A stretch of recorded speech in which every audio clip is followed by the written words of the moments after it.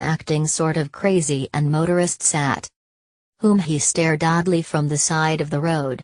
Then for 3 hours he disappeared from view.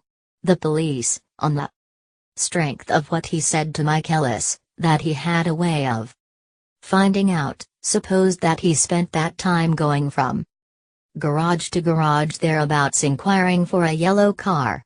On the other hand, no garage man who had seen him ever came forward, and perhaps he had an easier, surer way of finding out what he wanted to know. By 2:30 he was in West Egg, where he asked someone the way to Gatsby's house. So by that time he knew Gatsby's name. At 2 o'clock Gatsby put on his bathing suit and left. 172 The Great Gatsby. Word with the butler that if anyone phoned, word was to be brought to him at the pool. He stopped at the garage for a pneumatic mattress that had amused his guests during the summer, and the chauffeur helped him pump it up. Then he gave instructions that the open car wasn't to be taken out under any circumstances, and this was strange because the front right fender needed repair. Gatsby shouldered the mattress and started for the pool. Once he stopped and shifted it a little, and the chauffeur asked him if he needed help, but he shook his head and in a moment disappeared among the yellowing trees. No telephone message arrived, but the butler went without his sleep and waited for it until 4 o'clock, until long after there was anyone to give it to if it came.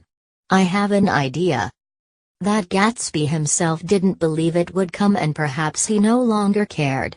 If that was true, he must have felt that he had lost the old warm world, paid a high price for living too long with a single dream. He must have looked up at an unfamiliar sky through frightening leaves and shivered as he found what a grotesque thing a rose is, and how raw the sunlight was upon the scarcely created grass. A new world, material without being real, where poor ghosts, breathing dreams like air, drifted fortuitously about, like that ashen, fantastic figure gliding toward him through the amorphous trees. The chauffeur, he was one of Wolfsheim's protégés, heard the shots. Afterward he could only say that he hadn't thought anything much about them. I drove from the station directly to Gatsby's house, and my rushing anxiously. Free ebooks at planetebook.com. 173. Up the front steps was the first thing that alarmed anyone.